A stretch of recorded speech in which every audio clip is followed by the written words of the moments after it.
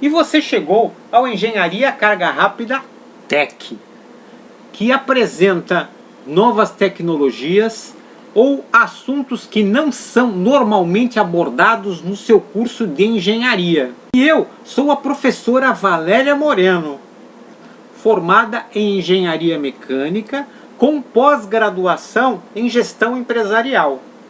Durante a minha carreira, atuei por 19 anos junto a empresas, a indústrias, projetando máquinas, gerenciando produção, manutenção, ferramentaria, planejamento e controle de produção, serigrafia, estamparia, pintura, enfim, a fábrica toda. Inclusive, já participei de diversos projetos de implantação de fábricas, inclusive uma de mais de 140 milhões de dólares. Portanto, vem comigo que é sucesso!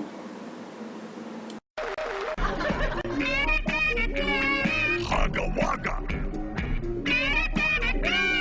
Hugga Wugga. Hugga Wugga. Hugga Wug Wugga Buggy Buggy Mugger Mugger Wug Wug. Engenharia Carga Rápida Tech aborda tecnologias importantes para a vida do engenheiro de campo, tecnologias não abordadas nos cursos de engenharia. Solicite o seu tema de campo para o Engenharia Carga Rápida Tech através do e-mail profa.valeria.moreno@gmail.com ou solicite o seu tema via gravação pelo WhatsApp através do número 013 99745 1238. O tema técnico de campo desta semana é motores elétricos e foi solicitado pelo Sr. Douglas. Deixe seu comentário, eu gostei, eu curti e é prazeroso. E não esqueça de se inscrever no canal Engenharia Carga Rápida. Lembrando, o Engenharia Carga Rápida Tech é disponibilizado todas as quartas-feiras, com tecnologias de campo novas. E para compreendermos como funciona um motor elétrico, vamos entender como foi descoberto o eletromagnetismo. Em 1820, o Sr. Hans Christian Ørsted fez o seguinte ensaio. Ele pegou um gerador, pilhas, ligou a um conector, a uma lâmpada e a uma bússola.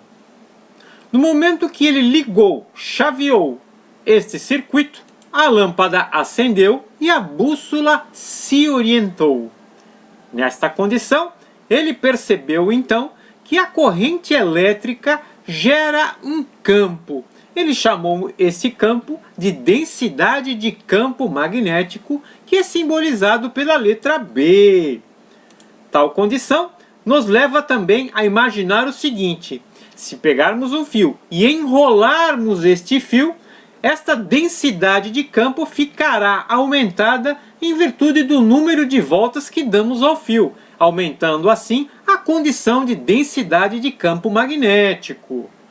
Deste modo, se então fizermos bobinas, que são fios enrolados, e colocarmos essa bobina em um cilindro, em um cilindro que seria a caixa de um motor elétrico, tais bobinas gerariam ali densidade de campos magnéticos, sendo que uma bobina geraria um campo norte e a outra bobina um campo sul magnético. Deste modo, se também no centro deste cilindro colocarmos uma outra bobina fixa a um eixo que possui liberdade de rotação. Este eixo então, quando energizado, com coletores elétricos energizados, ele então se orientará magneticamente em função do campo das bobinas externas que estão fixas ao cilindro. Deste modo, é criado então um motor elétrico. Perceba então que este motor elétrico trabalhará e rotacionará em função dos coletores da fiação que é fixada no eixo do motor, que nós chamamos de coletores. Esses coletores então geram os seus contatos com o fio através de um contato de carvão, pois o carvão, além de ser um bom condutor elétrico, ele também desliza com facilidade sobre o coletor que se posiciona sobre o eixo. E como funciona um motor elétrico de corrente contínua? Perceba, se tivermos uma carcaça de motor elétrico e nela tivermos então bobinas, que são fios enrolados, deste modo então chamaremos estas bobinas de estator, tendo então 4 bobinas enroladas em condições diagonais, ou seja, uma oposta à outra. Deste modo, nós teríamos bobinas norte e sul. Perceba então que se tivermos então no centro um eixo contendo uma outra bobina, este eixo se orientará em função da condição norte-sul das bobinas. Deste modo, quem determinará a rotação, fará com que este eixo rotacione, seria então um coletor. Um coletor, ou seja, no eixo existirão ranhuras de cobre que são encostadas pela fiação externa através de um carvão de contato. E como funcionaria um motor elétrico de corrente alternada? Perceba, corrente alternada significa que existe uma variação de tensão, ou seja, a tensão que sai de 0 volt atinge um pico de mais 311 volts e desce numa condição senoidal até menos 311 volts, tendo uma média quadrática de 220 volts. Nessa condição, a corrente alternada tem uma frequência de 60 Hz, que corresponde a 60 ciclos por segundo. Deste modo, quando temos 4 bobinas diagonalmente opostas que geram a condição de campo eletromagnético norte-sul, norte-sul, teríamos então uma rotação de campo. Sim, uma rotação síncrona de campo eletromagnético que giraria em torno dessas bobinas. Essa rotação de campo eletromagnético rotaciona em função da frequência da tensão da rede. Nesta condição, se tivermos então um eixo com bobina, este eixo rotacionará em função da frequência da rede, da frequência de tensão da rede. Mas perceba, neste caso, o eixo tem uma condição diferente do eixo de um motor de corrente contínua, pois o motor de corrente contínua levaria escovas e neste caso não são utilizadas escovas, e sim contatos simples ali, contatos de deslizamento simples, um contato para cada fase.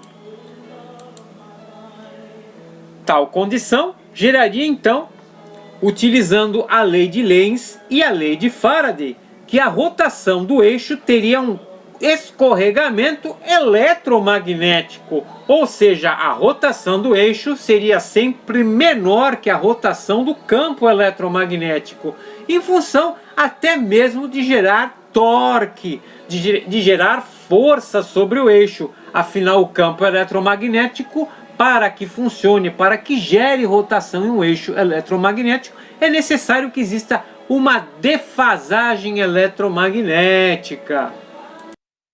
Perceba então que podemos determinar a rotação de um eixo de um motor que trabalha em corrente alternada. Para tanto, perceba, se tivermos a carcaça de um motor de corrente alternada, agora sabemos que nesta carcaça existirão bobinas. Estas bobinas estarão então ligadas e existirá uma rotação síncrona em função da frequência da rede. A rotação síncrona, ela teria então a seguinte equação: 60 vezes a frequência da rede, que alimenta a rede da energia elétrica, que alimenta o motor elétrico, dividida pelo número par de polos. Mas perceba, por que número par de polos? Sim, porque temos sempre um polo norte e um polo sul. Para gerar campo eletromagnético necessitamos sempre de dois polos, um norte e um sul. Por isso que dividimos pelo número par de polos. Agora perceba, também sabemos agora que um motor elétrico de corrente alternada tem um eixo que rotaciona e que para ele rotacionar é necessário que exista uma defasagem de campo e usualmente os fabricantes de motor elétrico utilizam uma defasagem chamada de escorregamento eletromagnético, simbolizada pela letra S minúscula, de 2,7%. Deste modo, então podemos determinar, vamos fazer um exemplo, se tivermos um motor elétrico de corrente alternada de 4 polos, teríamos então a rotação de campo seria 60 vezes F, 60 é a frequência da rede, então 60 vezes 60, 3.600, dividido por 2. Por que 2? Se o motor é de 4 polos, temos número par de polos 2, então 60 vezes 60, 3.600, dividido por 2, a rotação de campo seria de 1.800 RPM. Sim, 1.800 rotações por minuto. Mas esta seria a rotação de campo no estator, na carcaça do motor elétrico. E a rotação no eixo? Sabemos então que a rotação assíncrona, ou seja, a rotação que estará fora de sincronicidade, que seria a rotação do eixo do motor elétrico, seria então RPM do eixo é igual a N vezes 1 menos S. Por que 1 menos S? Porque subtraímos o escorregamento eletromagnético. Deste modo, ficaríamos com a rotação do eixo 1.800 vezes 1 menos o escorregamento, que é de 0,027. Teríamos então uma rotação do eixo de 1.750 RPM. E como devemos ajustar a rotação de um motor elétrico? Bem, para ajustar a rotação de um motor elétrico de corrente contínua, basta alterar a tensão de alimentação desse motor de corrente contínua. Subindo a tensão, aumenta a rotação. Abaixando a tensão, a rotação é diminuída. Porém, como fazer com um motor de corrente alternada, onde existe a rotação do campo eletromagnético? Para tanto, utilizamos um variador, um inversor de frequência. Então, nessa instalação do inversor de frequência, que deve estar na alimentação do motor, ela se torna muito viável, uma vez que um inversor de frequência para um motor de 30 cavalos, ela custará em torno de R$800. Muito viável. Perceba então que para ajustar a sincronicidade de campo de rotação com a rotação do motor elétrico de corrente alternada, perceberemos que utilizaremos a equação da rotação de campo. Perceba que falamos agora há pouco. Rotação de campo é 60 vezes a frequência dividida pelo número par de polos. Ou seja, quando diminuirmos a frequência de alimentação do motor elétrico de corrente alternada, diminuímos a rotação de campo e, consequentemente, diminuiremos a rotação do eixo deste motor. Perceba então que este motor possui muitas aplicações na indústria. Por exemplo, motores elétricos que são acoplados a bombas centrífugas poderão gerar a condição de ajuste de vazão de bomba centrífuga. Deste modo, poderemos ajustar a vazão desejada para cada equipamento da fábrica. Temos também, além dos motores elétricos que alimentam as bombas centrífugas, temos os motores elétricos que rotacionam as máquinas sopradoras. Sim, as máquinas que fazem garrafas de plástico.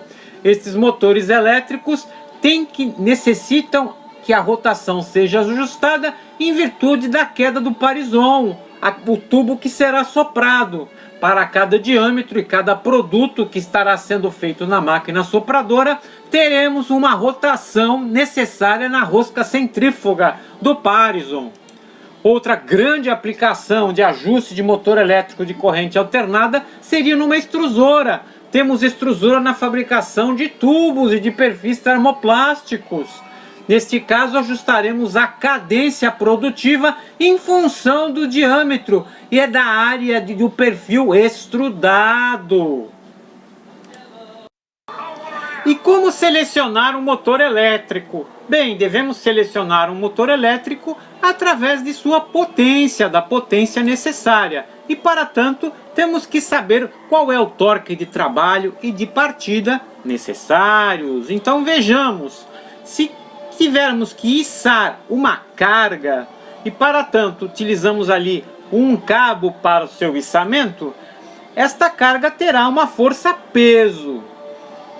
Neste caso, deveremos ter ali uma outra força que sobrepuje a força-peso, ou seja, maior do que a força-peso. Afinal, a força deverá ultrapassar a própria força da carga, a força-peso da carga, e ainda gerar uma aceleração para garantir uma velocidade de içamento. Sim, lembrando, aceleração em uma massa necessita de uma força. Então teremos esta força para acelerar a massa mais a força-peso. Esta força até mesmo parará de atuar quando atingir a velocidade de trabalho. Porém, é necessário uma força de partida, uma força de aceleração. Neste caso, então, teremos ali uma força aplicada na manivela, uma força de rotação. E se olharmos mais de perto, então perceberemos que o tambor de enrolamento desse cabo deverá ter um torque, ou também chamado momento torsor. Perceba então que o torque, o momento torsor, será composto da força que é aplicada na manivela, sim, a força tangencial que é aplicada na trajetória circular da manivela, vezes a distância. E qual seria a distância? A distância até o centro de rotação. Sim, torque é força vezes a distância até o eixo de rotação. Perceba então que com a equação que utilizamos para o motor elétrico, nós também sabemos que torque, o momento torsor, é igual a 30 dividido por π vezes a potência necessária para esse motor elétrico dividida pela rotação do eixo do motor. Perceba então que se o torque é dado em Newton vezes metro, teremos que a rotação, ao escolhermos o motor, saberemos quantos polos vamos escolher. Se for 4 polos, sabemos que o campo girante é de 1800, terá um escorregamento, então teremos ali 1750 RPM no eixo do motor. No caso de 6 polos, 60 vezes 60 dividido por 3... dá 3.600, dividido por 3, que é número par de polos, são 6 polos, isso daria 1.200 rotações de campo girante, se fosse um motor de 6 polos.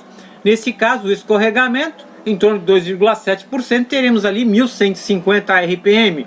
Isso se fosse um motor de 6 polos. Então, todo motor elétrico de 4 polos tem uma rotação de 1.750 RPM. E todo motor de 6 polos terá uma rotação de 1.150 RPM, por volta disso. E aí, isolando a potência em relação ao torque requerido e a rotação em função do número de polos de motor desejado, teríamos então a potência em quilowatts. Dividindo por 735, teremos a potência em cavalos. E como considerar o torque, se afinal necessitamos de um torque de partida e um torque de trabalho? Perceba! Vamos dar um exemplo. Se tivermos que escolher um motor trifásico de 4 polos de 30 cavalos, perceba aqui que um cavalo corresponde a 735 newtons vezes metro por segundo. Isso então dá 735 watts. Portanto, 30 cavalos corresponde a 30 vezes 735, que é igual a 22.000 watts, ou então 22 quilowatts. Ou seja, um motor de 30 cavalos teria então 22 kW. Utilizando a nossa equação do torque do momento torsor, teríamos que a potência de 22.000 watts pela rotação de 1750, afinal de contas, se o motor é de 4 polos, a sua rotação é de 1750 RPM. E daí então geraria um torque, um momento torsor necessário de 120 newtons vezes metro. Nessa condição, olhando então um diagrama de motor elétrico, percebemos então que o torque com o motor bloqueado, ou seja, o torque de partida, é superior ao torque nominal. E estes torques estão no catálogo do motor. Então, quando escolhemos um motor, determinamos que o torque necessário de um motor de 120 newtons por metro, e isso daria uma potência de 22 kW, que corresponde a 30 cavalos, iríamos no catálogo e verificaríamos se o torque de partida ideal e o torque nominal estariam bons. Mas afirmo desde já, qualquer motor elétrico ultrapassa na sua partida 3 vezes ao torque nominal. De 3 a 6 vezes o seu torque nominal durante 20 segundos. Então, qualquer motor consegue ultrapassar até 6 vezes, de 2 a 6 vezes o seu torque nominal durante a partida. Então a partida de aceleração quase nunca é problema. Você pode ampliar os seus conhecimentos utilizando as seguintes normas ABNT relacionadas. ABNT NBR 7094, que trata de motores de indução. A ABNT NBR 5410, que trata de instalações elétricas de baixa tensão. E a ABNT NBR 5383, que trata de ensaios de motores de indução. Também poderá fazer pesquisas na internet e damos a seguinte sugestão: catálogo de motores elétricos WEG. Sobretudo, encontrará ali variadores e inversores de frequência.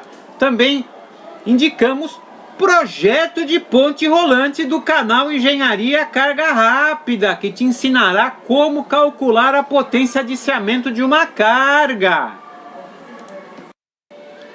E o Engenharia Carga Rápida Tech fica por aqui, e que hoje apresentou o tema de campo motores elétricos, que foi solicitado pelo senhor Douglas. Solicite o seu tema de campo para o Engenharia Carga Rápida Tech através do e-mail profa.valeria.moreno@gmail.com ou solicite o seu tema de campo através de uma gravação por WhatsApp, através do número 013 99745 1238. Agora, deixe o seu comentário. Eu gostei, eu curti e é prazeroso.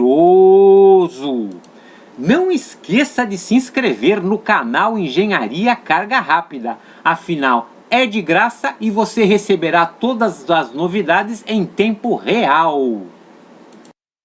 E lembrando, o Engenharia Carga Rápida Tech aborda temas que não são falados e tratados no seu curso de engenharia, porém serão muito importantes durante a sua vida profissional e durante o seu estágio.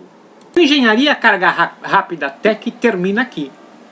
E se você quiser solicitar alguma tecnologia em particular para o Engenharia Carga Rápida, basta escrever para profa.valeria.moreno@gmail.com. E agora vem a pergunta carga rápida. Existe alguma coisa mais prazerosa que o Engenharia Carga Rápida Tech? Desconheço. E não esqueça de se inscrever no canal Engenharia Carga Rápida. E acompanhe o canal Engenharia Carga Rápida nas redes sociais. Você encontrará uma página do canal Engenharia Carga Rápida no Facebook e também encontrará no Twitter o Engenharia Carga Rápida como @engecargarápida e também encontrará o Engenharia Carga Rápida no Google+, no Google+.